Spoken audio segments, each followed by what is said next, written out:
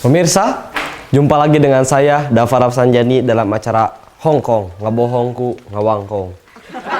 Pemirsa, mabuk minuman keras itu haram menurut agama dan terlarang dalam hukum negara. Dengan mabuk, membuat siapapun hilang akal.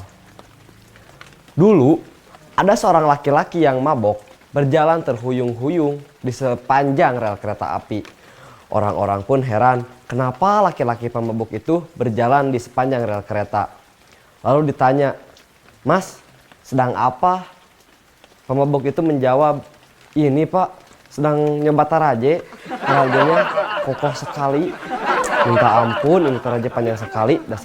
Dasar orang mabok."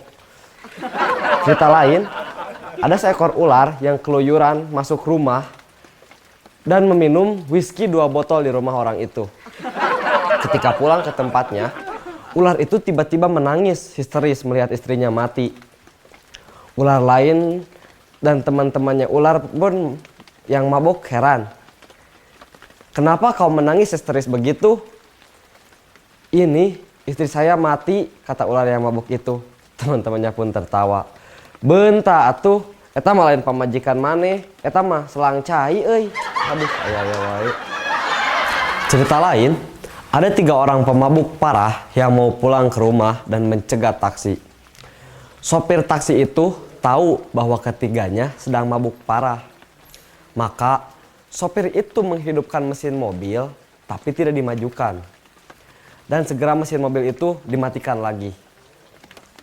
Kedua orang yang mabuk parah menyangka mobil sudah jalan dan sudah sampai di rumahnya. Lalu keduanya mengeluarkan uang masing-masing 100.000.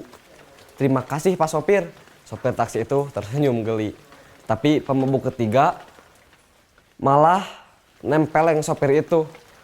"Kamu gak kira-kira ngejalanin mobil ngebut gak karuan.